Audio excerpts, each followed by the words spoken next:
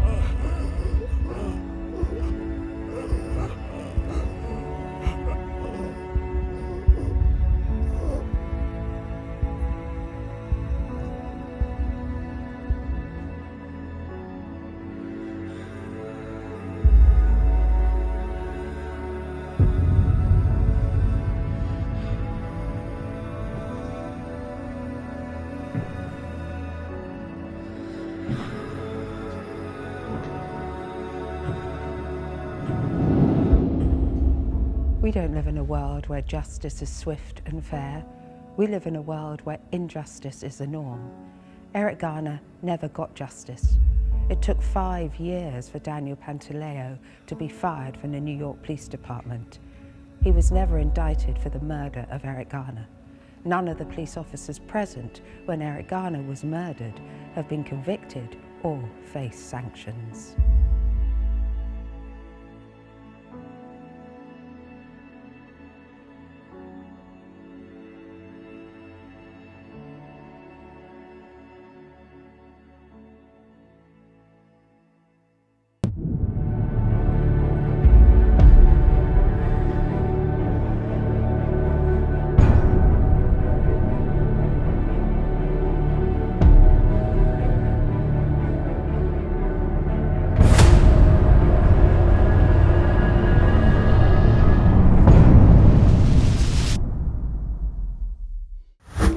You can ask yourself a question.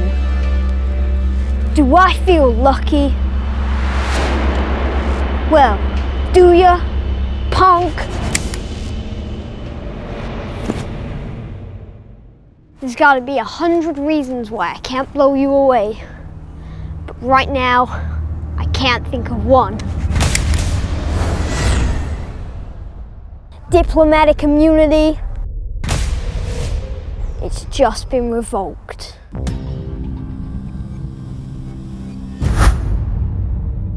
Hasta la vista, baby. You're terminated. I'll be back. I've come here to chew bubblegum and kick ass, and I'm all out of bubblegum.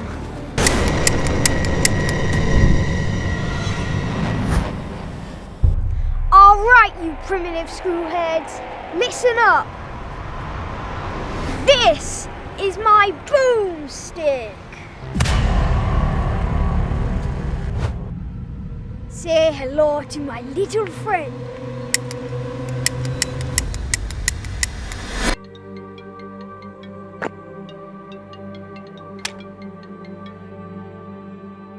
Mum, I'm on my way back. I'll be home in 2 minutes. I'm on my way back. Okay, Mum.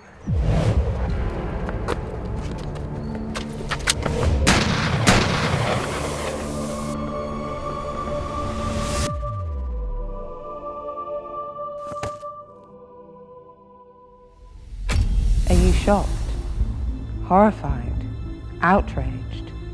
A 12-year-old white boy gunned down for playing games and doing what boys do. Where was your outrage when a 12-year-old black boy, Tamir Rice, was gunned down by Timothy Loman? Instead of outrage, you said, he must have been up to no good. He must have done something wrong. Whatever the circumstances, the violent murder of a child is a devastating tragedy to any family. Yet somehow, that tragedy is diminished when the victim is black. In the world we live in, the murder of a black child is met with indifference and total lack of empathy. Imagine if we lived in a world where all children are treated equally. In a world where black boys and girls didn't live in constant fear of being degraded and humiliated by police. A world where justice is swift and just. A world where Tamir Rice's murderer is held to account for his crimes. Officer Timothy Loman was hired by Cleveland Police Department following his resignation from another police force after being found he lacked the emotional stability, maturity, and indiscretion to be a police officer. He shot and killed 12-year-old Tamir Rice while he played with a toy gun. Loman shot Rice immediately after arriving on the scene.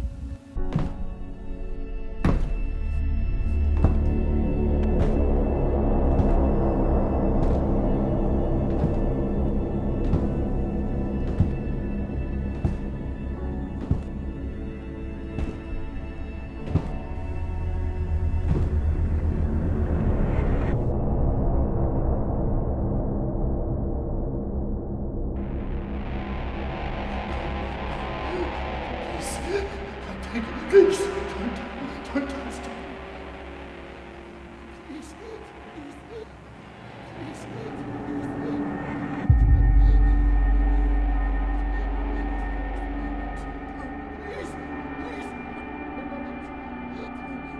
Please, Please! Don't!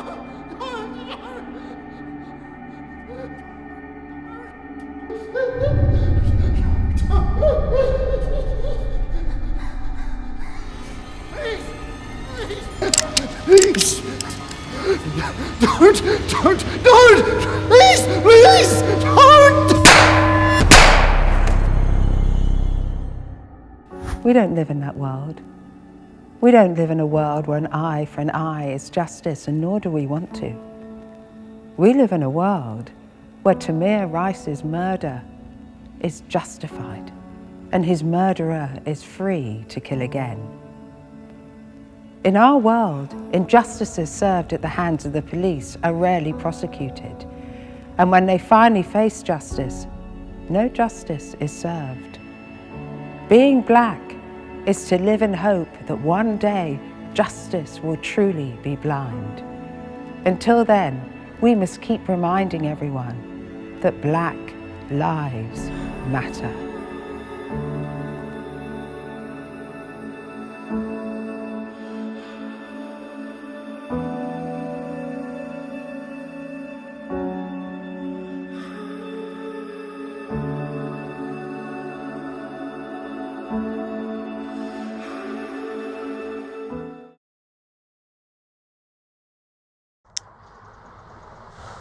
It's blitz out here, fam.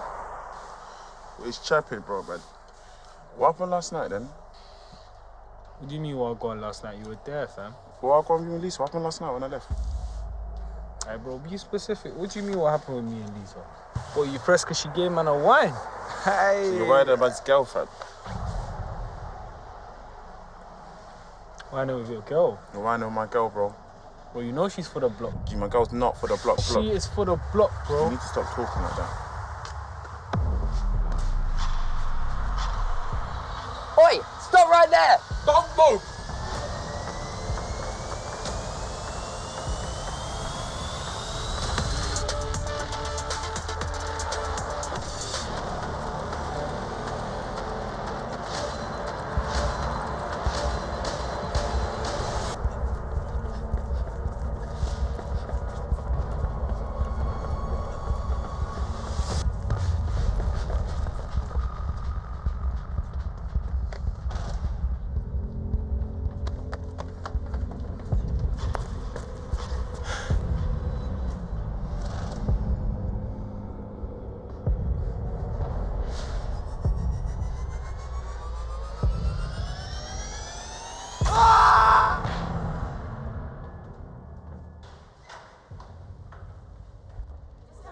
Minister, is the attack on the officer related to the black man who died in police custody? Was this a revenge attack for the killing of Chris Cabot and Rashawn Charles? First of all, I want to say that my thoughts are with the officer who is in a critical condition and his family and friends. I condemn any violence against our police and first responders. To the perpetrators, I want them to know that they will be brought to face justice. It is a cowardly act to attack the same police officers who keep you and your family safe. Our first responders are the ones who run towards danger, when all you cowards run away. How do you respond to the allegations made by the Black Lives Matter organisation that the UK is not innocent? Black Lives Matter is nothing but a fad, a short-term irritant, the latest social media trend. It amuses me when I hear the words Black Lives Matter. How do they expect us to take Black Lives Matter seriously? I'm not sympathetic to the Black Lives Matter organisation. It is a sort of neo-Marxist organisation that wants to overthrow capitalism and get rid of the police. The Black Lives Matter movement is not a force for good. It is a political movement whose core principles aim to undermine our very way of life. More black people die at the hands of black people, or because of black people. You don't hear them screaming Black Lives Matter when their fathers, sons and daughters stab each other in broad daylight. Or you don't hear them screaming Black Lives Matter when they sell drugs to their own, destroying their own lives. You only hear black people chant Black Lives Matter when a white police officer kills one of them. I didn't support their protests, quite frankly. Those protests were dreadful. It's very easy to just dismiss her as another racist Tory minister. And it's even convenient for her to ignore our cries of Black Lives Matter rather than accept the fact that when we say Black Lives Matter, what we are saying is we are suffering from racism. We are suffering from racial health inequalities. We are suffering from racial inequity in the employment market. We are saying that prisons are disproportionately occupied by black men and women. We are saying that those that govern us and society at large need to recognize that we are suffering. As deplorable as she is, she also makes a valid point. Black lives should not only matter when we are murdered by white police officers. Every year, hundreds of young black men are senselessly stabbed and murdered in London by other black men. These needless stabbings and murders subvert the defining principles of Black Lives Matter. They exasperate the problem and ultimately will make them even harder to resolve. If we want to be heard when we shout and scream Black Lives Matter, we need to take responsibility for what's happening within our communities. We as a community need to take responsibility in dealing with the plague of knife crime. We should build strong, young minds, confident, articulate, young black people who can establish their place in society in a positive way, creating an exciting new future where no one can ever deny that black lives do matter. Black Lives Matter is not a trend that we selectively adopt and apply. Black Lives Matter is for today, tomorrow, next year, and always. We are so much stronger together, and we must harness our anger and frustration to collaborate and change, rather than destroy.